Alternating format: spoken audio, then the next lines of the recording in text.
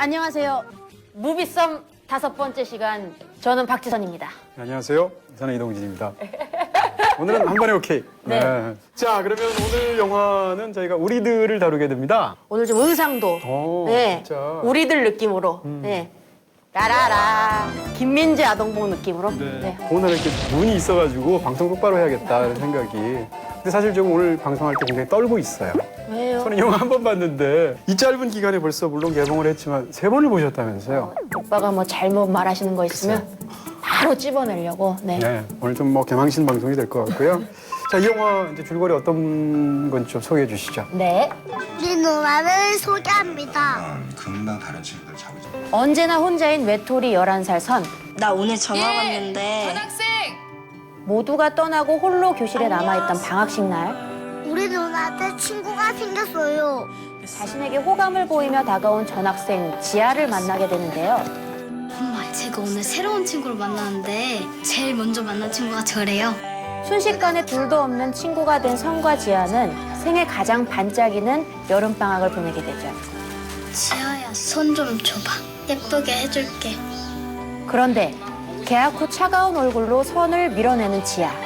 웬일로 누나 인생도 쉽게 풀리나 했어요.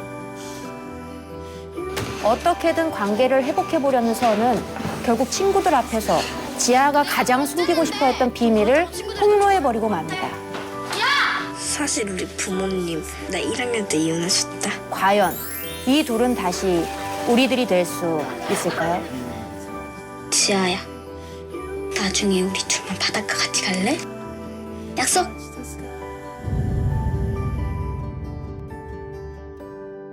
진짜 궁금하네요. 과연 우리들이 될 수 있을 겁니까? 궁금하시면 영화를 보시면 됩니다. 그러니까 일단 영화를 보시면 사람들이 제일 놀라는 게 연기죠. 너무 놀랍지 않습니까? 네. 아이들이 어떻게 이런 연기를. 근데 거의 다 연기 경험이 없는 친구들이라고 제가 습득을 했거든요. 네네. 맞나요, 그게? 윤광 감독님을 만나서 이제 관객들과의 대화라는 행사를 제가 했었어요. 네. 그때 윤광 감독 그 설명에 따르면 오디션을 이제 광범위하게 했는데 오디션을 어떻게 하냐면 그냥 시나리오에 한 줄을 주고 야, 이거 한번 연기해봐 해서 어디가 제일 잘하네? 이렇게 뽑은 게 아니에요.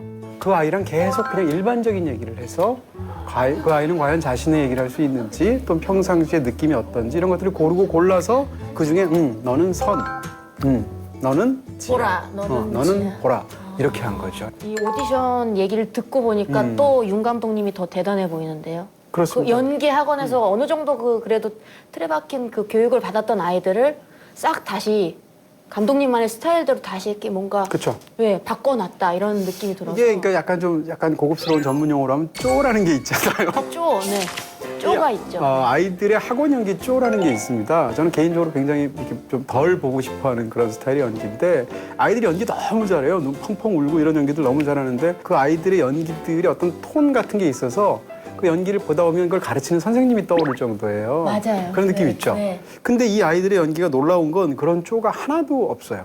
이거 내가 옛날에 친구 거 살짝 써봤는데 예. 네? 너무 자연스럽고 실제 그 아이들처럼 보여서 이런 생생한 모습을 어떻게 아이들한테서 끌어냈을까 해서 내려놔. 네. 아이들이 뛰어난 것도 있지만 감독이 참 대단하다. 윤 감독님. 네. 근데 저는 네. 선희 주인공 역할 맡은 선희의 최수인 양. 가장 탁월한 연기는 아무래도 눈치 보는 연기가 아닐까. 최고인 것 같아요, 정말. 눈치 보는 연기. 나는 피구 경기를 할 때 내가 언제 선택될까? 그 어떤 기대심과 근데 선택이 안 돼서 그 실망감과 슬픔과 근데 또다시 기대심이 나타나고 근데 자기 이름이 제일 마지막에 불릴 것 같으니까 약간 그 슬픔, 우울함, 눈치 계속 보고 이게 막 되게 어려운 연기인 것 같은데 자, 그럼 이제 2명 남았네. 자, 안 내면 진가 가위바위보.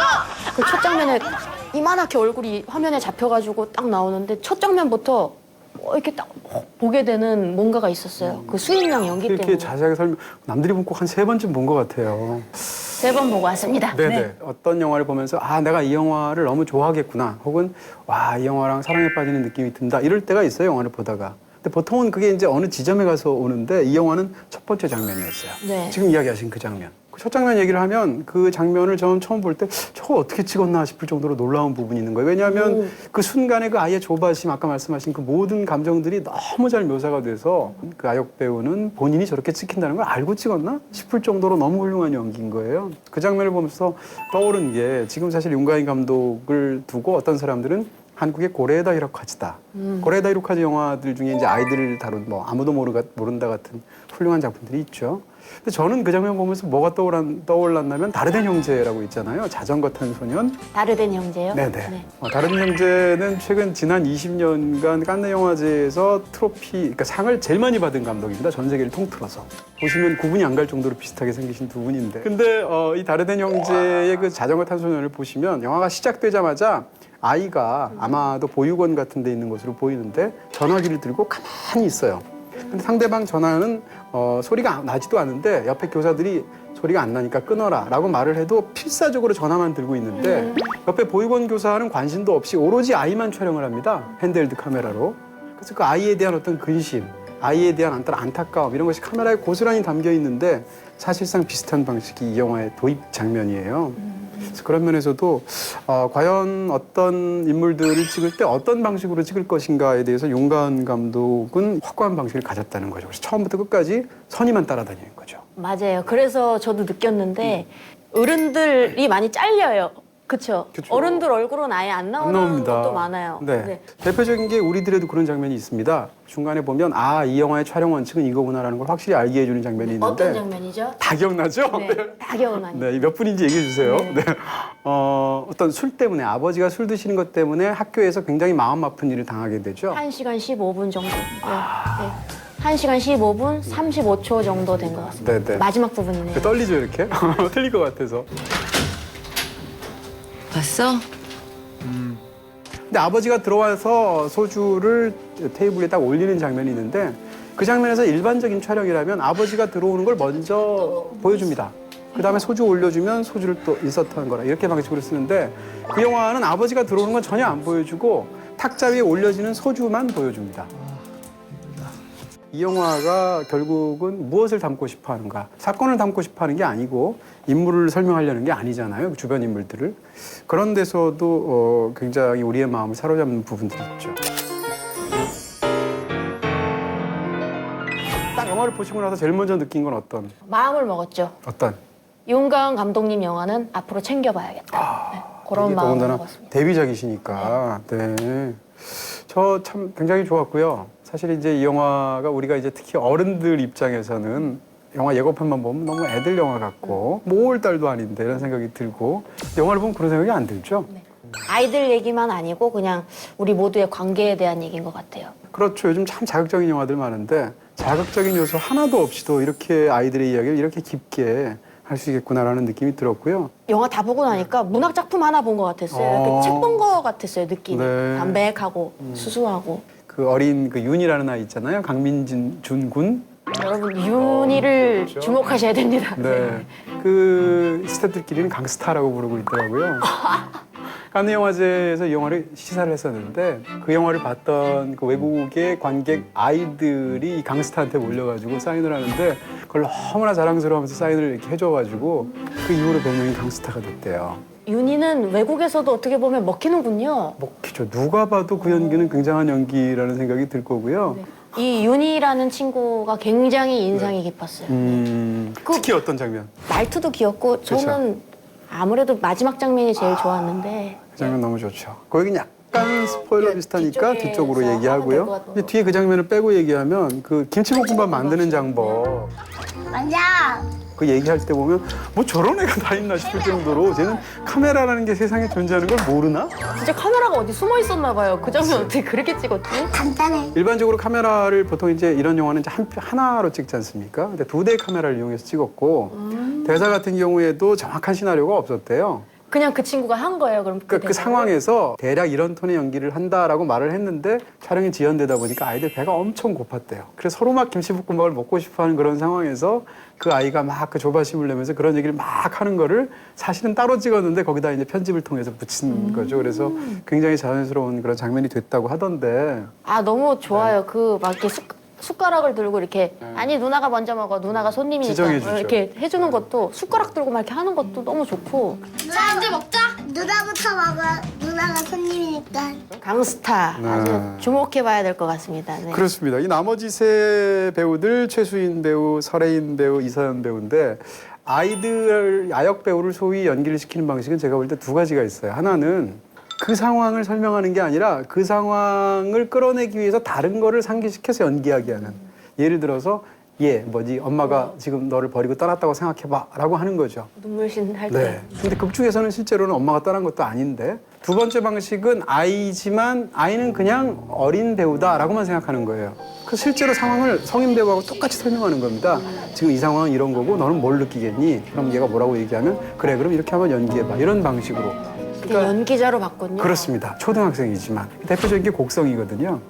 곡성에서 김원희 양의 연기를 끌어낸 방식은 후자예요, 철저히. 마찬가지로 이 영화도 그렇게 해서 연기를 시킨 것 같고 그래서 아이들이 보면 캐릭터를 확고하게 이해를 하고 있어요. 그런 것들이 영화에서 보여서 이런 것이 아이를 보는 윤가은 감독의 시선이라는 걸 감안하면 굉장히 감독 자체도 신뢰가 가는 거죠. 자, 그러면 이제 이 영화 속의 이야기들을 조금 더 깊숙하게 들어가 볼 텐데 이야기 굉장히 마음 아프시지 않으셨어요? 저는 보면서 계속 좀 조마조마한 게 있었어요. 오늘 우리 반에 새 학기 새 시작을 알리는 새 친구가 왔어요. 왜냐면 그 외톨이 아이들이 힘든 일을 겪게 되는 그 순간들이 있잖아요. 개학, 방학 땐 괜찮다가 개학 갔을 때 그럴 땐 철저히 더 외톨이인 걸 많이 느끼니까. 네, 좋아. 자, 이런 장면들이 계속 나올 때마다 우리 선이 또 어떡하나 막 조마조마한 게 있더라고요. 그런 생각을 해봤어요. 이제 이 영화에서 아이들이 여자아이들이다라는 것도 중요할 겁니다. 만약에 남자아이들이다 하면 이 영화는 액션 영화죠. 그렇게 될 텐데. 네, 정말. 근데 여자아이들은 좀 다르죠. 왕따를 시키는 방식도. 진짜 그런 장면도 안 나왔겠네요. 그러니까 그 선이가 지아한테 가가지고 내가 뭐 너한테 잘못한 거 있어? 이렇게 물어보잖아요. 기분 안 좋은 일 있어? 그런 장면도 남자애들이었으면 안 나오겠네요. 남자들은 대사가 없죠. 네. 가자마자 초인종 눌러서 나오면 빡! 네, 그죠. 근데 여자들은 안 그렇죠. 그런 대사들이 여자아이들이기 때문에 그렇습니다. 훨씬 더 심리가 좀 더 남자들의 아이들의 심리가 좀 더 단순하면서 직접적이라면 간접적이면서 좀 더 복잡한 것 같아요. 그리고 관계가 훨씬 더 중요한 것 같고 그런 면에서도 영화가 좀 면이 있었고. 굉장히 날카로우신데요. 이 정도 아닙니다. 아직 준비된 거 많아요. 그래요? 세 번 보신 분이. 이벤트를 내가 했어야 되는데. 또 이 이야기가 사실은 10대 시절에 다루는 한국 영화의 거의 절반이 왕따 문제를 다뤄요. 제가 볼 때는. 10대 시절에 특히 초등학교 시절에 한 4학년쯤 됐는데 극중 아이들처럼 모든 아이들이 나랑 안 놀려고 하고 지나가면 쟤네 무슨 냄새야 뭐 이러고 이런 식으로 딸을 시키려고 하면 정말 너무너무 괴롭겠죠. 하늘이 무너지는 기분이죠. 그때는 그게 제일 중요하니까. 그 선생님도 그런 얘기 하시잖아요. 그렇죠. 4학년 여름방학이 제일 중요한 시기인 거 알지? 정말 중요한 시기인데 만약에 외톨이다 하면은 네. 이건 뭐 다 잃은 느낌이죠 거의. 네. 그러니까 두 아이의 한번 심리를 한번 따라가 볼 필요가 있어요. 한 명은 선이라는 아이인데 얘는 원래 그 3학년까지는 보라라는 애하고 잘 지낸 것처럼 보여요. 보라야. 이거 떨어졌는데? 근데 4학년 올라와서 어떤 계기로 이제 선이를 딸을 시키게 되는데 선이 입장에서는 누구랑 놀고 싶어도 놀 수가 없는 상황에서 굉장히 괴롭죠. 그 여름방학이 됐어요. 됐는데 여름방학 하는 날, 방학식 하는 날, 그날 2학기에 전학 올 지아라는 아이가 왔는데 둘이 만나게 되는 겁니다. 근데 우리가 이제 영화를 보다 보면 뒤에 가면 사실 지아도 이전 학교에서 사실 왕따를 당해서 거기서 아마 문제가 있었고 그래서 굉장히 상처를 입고 여기로 전학 온 아이처럼 보여요. 물론 부모가 헤어져서 그런 것도 있지만. 저기! 안녕. 안녕. 그런 상황에서 복도에서 방학 첫날 만난 거예요. 그러니까 둘은 급속도로 두 사람이 친해질 수밖에 없겠죠. 이때는 관계가 아주 단일하고 주변은 없잖아요. 방학이니까. 그래서 그 방학 동안 이 두 아이의 세계는 영화 속에서 너무 아름답습니다. 눈부십니다. 네. 햇빛도 막 이렇게 빛나고 둘이 노는 것도 너무 귀엽고. 화면도 막 화사해요. 그쵸, 그쵸. 물놀이 막 하고 거기 윤이 껴가지고 막 더 화기애애하고. 네. 네. 어떻게 보면 약간 로맨스 영화처럼 보일 정도로 그렇게 화사하고 아름답게 찍혀져 있는데 방학이 끝나고 잠깐만 기다려. 지아가 학원을 다니기 시작하는데 그 학원에서 문제의 보라를 만난 거죠. 그래서 이제 벌어지는 그 2학기 얘기가 굉장히 참담하게 슬프게 영화 속에 전개가 되는데 저는 이 영화가 놀라운 것 중에 하나가 왕따를 다룰 때 일반적으로는 가해자와 피해자 사이를 다뤄요. 그래서 그 가해자와 피해자 사이의 어떤 것들 또는 가해자와 피해자를 둘러싼 어른들끼리 또 그것 때문에 갈등을 빚는다든지 이런 걸 보여주는데 이 영화는 피해자끼리의 왕따 얘기입니다. 그런 면에서 얘기가 더 참혹하고 슬프게 느껴지고 가장 슬픈 건 이 왕따 애들조차도 자기가 왕따를 당했을 때 그 상처를 입었던 말을 똑같이 그 말로 상대를 공격하는 거예요. 자기가 들었던 말 그대로. 그래서 그런 장면을 보면 영화를 보면서 좀 이렇게 마음이 좀 너무 많이 가라앉기도 하고. 실제로 제가 아는 그 우리 스텝 여러분들 중에 어른들인데 보다가 많이 우셨대요. 네. 그동안 한 짓이 있어서 그럴 거예요. 네. 그쵸. 당한 게 아니고. 네. 보면 보라예요. 네. 보면 딱 봐도 보라예요. 생활하는 거 보면 얼굴도 이쁘고. 보라예요, 보라. 네. 보라. 아까 저 지나가는데 무슨 냄새 안 나냐고 막 보라예요. 딱. 향기라고 들은 것 같은데 향기. 네. 무슨 향기야. 위제. 네. 두 번째로 또 이야기할 수 있는 이 얘기상의 굉장히 특징은 둘 중에 누가 더 약자처럼 보이세요? 둘 다 물론 약자지만. 지아요. 응? 그렇죠. 지아. 왜냐하면 선이한테는 엄마가 있죠. 가족이 있어요. 그렇죠. 더군다나 얘는 살던 곳을 떠나서 온 애예요. 선은 자기가 살던 곳에서 계속 있는 아이죠. 그래서 둘 다 사실은 서로를 좋아했지만 이야기 때 그런 결과가 있지 않았을까 이런 생각도 들고요. 저는 이 영화에서 가장 인상적이었던 설정이 뭔가 하면 어른들이 아이들의 세계에 개입하지 않는다는 거예요. 근데 보통 이렇게 개입하지 않으려면 어른들이 굉장히 폭력적이거나 보통 이제 왕따를 당하는 아이가 심지어는 가정에서도 폭력에 시달린다거나 이런 묘사가 많죠. 그럼 부모한테 얘기해봤자 해결해 줄 리가 없잖아요. 그렇기 때문에 혼자 사귀는 경우들의 얘기가 대부분이라면 이 우리들의 설정에서 아주 인상적인 부분은 어른들이 괜찮아요. 자, 말을 해야 쌤이 알지, 그치? 이 정도면 어른들한테 요청을 해야 된단 말이에요. 지아 같은 경우에 선생님을 찾아가 선생님 제가 먼저 때린 거 아니고요. 선생님이 해결해 주세요. 혹은 선희 같은 경우에 엄마가 이 정도로 현숙한 사람이면 가서 얘기를 하고 엄마 나 이런 일로 당하고 있어. 근데 아이들은 그러지 않는다는 거죠. 왜 그럴까라는 건데 일반적으로 아이들이 안 그러면 어른들을 신뢰하지 못해서 안 그러는 거거든요. 근데 이 영화는 그게 아니고 아이들은 이건 내 문제다라고 생각하고 있기 때문이에요. 아이들은 미성숙하지만 관계는 미성숙하지 않다는 거죠. 그 아이들은 그 아이들을 마련해 어떤 치열한 문제를 겪는 거고 그 문제는 세월이 흘러서 나이가 먹는다고 해결되는 문제가 아니에요.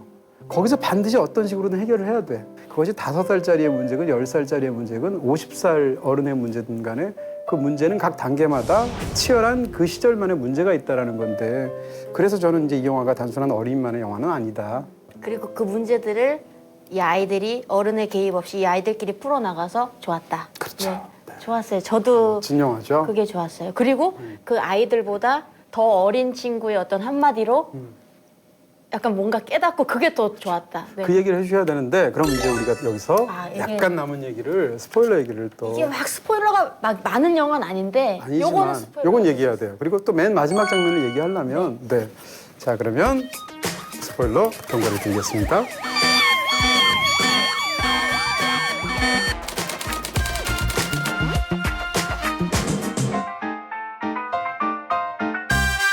자 스포일러 그러면 이 영화에서 가장 감동적이면서도 저는 진짜 이게 왜 선생들이 이렇게 죽비라고 그래서 이렇게 막딱 어깨 이렇게 내려치면서 할 뭐 이런 거 있잖아요. 근데 그거를 심지어는 10살도 안 되는 윤희가 하는 거예요. 너무 멋있었어요. 어떤 장면? 윤이 너무 멋있었어요. 네. 거의 마지막 장면이었는데 저는 왜 그렇게 윤희가 친구랑 윤희 또래 친구랑 계속 다퉈가지고 여기 멍들고 오고 네, 여기 찢어지고 주로 오고 막 맞죠. 그런 장면을 왜 자꾸 보여주시나 했거든요. 네네. 감독님이. 네. 마지막 장면을 위해서였어요. 선이가 또 동생이 맞고 오니까 속상한 거예요. 그래서 또 맞았어. 그러니까 걔랑 놀지 마. 왜 자꾸 맞고 다녀? 그랬더니 근데 나도 때렸어. 이번에 나도 같이 때렸는데 그래? 너도 때렸어? 그랬더니 걔가 또 이렇게 때렸어. 그러면 그러고 놀았어. 놀았다고? 동물학교하러 나갔는데 너 바보야? 그럼 바보야. 너도 또 때려야지. 왜 놀아? 그럼 언제 놀아? 지금 대사 99% 얘기하죠. 진짜 세 번 본 거 맞네. 어떻게 안 돼? 너무 멋있었어요. 그게. 네. 맞고 때리고 하다 보면 내가 맞은 걸 생각해서 나도 한테 때려야지라고 생각하게 되고 그게 극 중에 선과 지아의 후반부의 얘기인데 윤희는 거기에 대해서 정말 중요한 건 같이 노는 거지 서로 때리는 게 아니다라는 거를 너무 쉬운 언어로 여기에 대해서 내레이션 깔면서 나는 그때 깨달았다. 인간이란 것은 결국 이렇게 하면 닭살이 쫙 오르겠죠. 근데 그렇게 하지 않고 10살도 안 되는 아이가 난 누구 때리고 걔는 나 때리고 그럼 언제 놀아? 난 놀고 싶은데 라고 하는 순간 정말 뭐라 그럴까 소름이 쫙 끼치면서 소름 돋았어요, 진짜. 와, 이 영화 진짜 굉장하다. 그리고 윤희가 그랬던 것 같은데 그렇게 멋있는 얘기 해놓고 나서 또 누나 언제 싸? 이거 누나가 다 쌀 거야?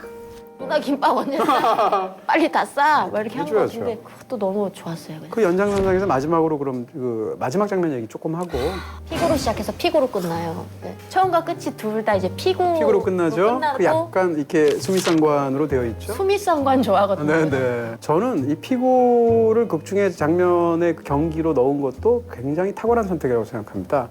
피고가 규칙이 세상에서 제가 볼 때 구기 종목 중에 가장 잔인한 경기예요. 한번 생각해 보시면 내야에 이제 아이들이 들어가고 그 상대 팀이 외야를 둘러싸고 있고 공을 던져서 사람을 맞추는데 피하거나 그 공을 간신히 감싸 안으면 안 죽는 거죠. 금발보도 죽고.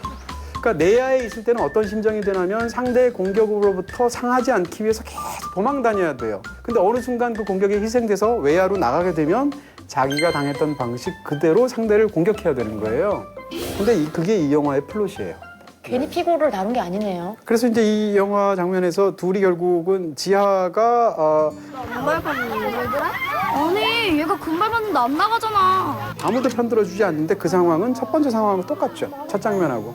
근데 여기 맨 마지막 장면에 그나마 다른 게 있다면 선이가 야 한작 금 안 밟았어. 어? 아니 진짜 금 안 밟았어. 내가 다 봤어. 편을 들어주는 거죠. 거기에 이제 약간 이 영화가 희망을 숨겨두고 있는데 그 바로 직전이 굉장히 의미심장하죠. 밑을 내려보다가 선이가 자기 손톱을 보면 손톱 중에 한 손톱에 같이 들였던 봉숭아 꽃물이 끝에 아주 살짝 남아있는 거죠. 딱 그만큼의 희망이 남아있는 거고 그만큼으로 상대를 지지해 주는 거예요. 결국은 둘 다 이제 맞았으니까 바깥쪽에 서게 되는데 그 두 상처 입은 아이가 나란히 서 있는데 어떻게 끝낼 것이냐. 둘이 딱 쳐다보고 웃으면서 끝날 수도 있겠죠. 아마 그런 고민도 하지 않았을까 싶고 아니면 서로가 이렇게 보고 있다가 외면하면서 끝날 수도 있겠죠. 그 마주보면서도 끝날 수도 있죠. 이 영화는 세 번째 선택을 했어요. 이 둘의 관계가 이후에 뭐 해필리 에버 애프터 그 이후로는 행복하게 두 사람이 잘 지냈다라고 쉽게 말하는 영화가 아니라는 거죠. 웃고 끝났다면 거기서 끝이죠. 은은하게 더 안 남았을 것 같아요. 만약에 웃고 끝났으면. 그렇죠. 그러니까 이 문제를 이걸로 끝이라고 말하지 않고 영화 뒤까지 계속 이어지게 만드는 아주 좋은 엔딩이라고 생각이 네. 드는 거예요. 그런 면에서도 멋진 장면이죠. 지하 얘기 너무 안 했는데 마지막 지하 이렇게 서 있을 때 지하 좀 쭈뼛쭈뼛하는 그 연기도 되게 좋았어요. 마지막에 둘이 딱 서 있었을 때 이것도 뭔가 하는 느낌에 나란히 서 있으면서 쭈뼛쭈뼛하는데 그것도 되게 좋더라고요. 뭐 이게 중요한 얘기는 아니지만 윤가은 감독한테 그 선이가 자기 엄마 돈 훔쳐가지고 선물을 가져가잖아요. 네. 안 받잖아요. 네. 뭔지 아세요 선물이? 선물 뭐예요? 궁금하다. 궁금하죠. 안 나오거든요. 네. 근데 너 여기 왜 왔어? 너 오늘 생일이잖아. 자, 아니 괜찮아. 받아. 원래는 찍었대요. 근데 이제 삭제가 됐다고 하는데 아, 저 맞출 수 있는 거예요? 맞추시면 진짜 굉장할 것 같은데. 네, 뭘 선물했을까요? 엄마 돈 훔쳐였으니까 고가니까. 그 아이한테 뭔가 필요한 걔가 좋아하는 뭘 했겠죠. 상품권? 뭐예요? 헤드폰이었답니다. 걔를 보면 이게 항상 이렇게 끼고 있죠.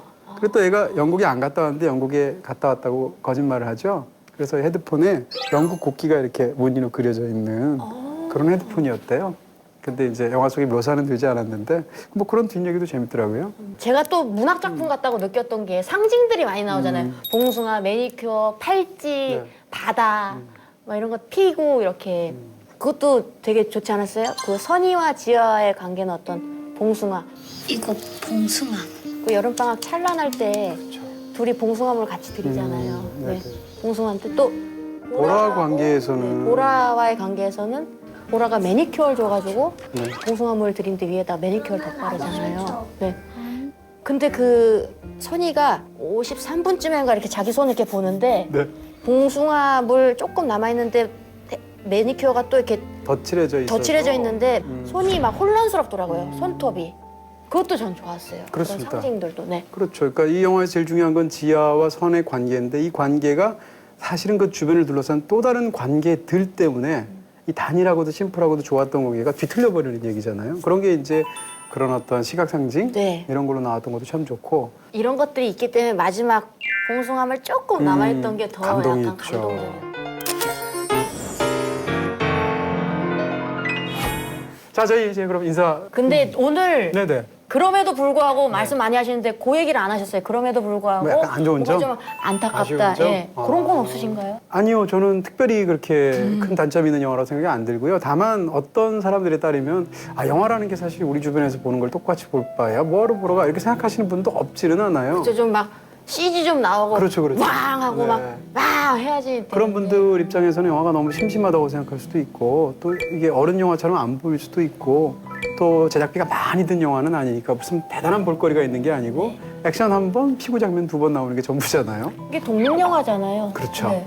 그렇게 생각하실 수도 있는데 저는 그것은 영화의 선택이지 영화의 결함이나 한계가 아니다라고 생각하는 쪽이에요. 근데 어쨌건 그렇게 생각하시는 분들도 있다. 이렇게 얘기할 수 있을 것 같습니다.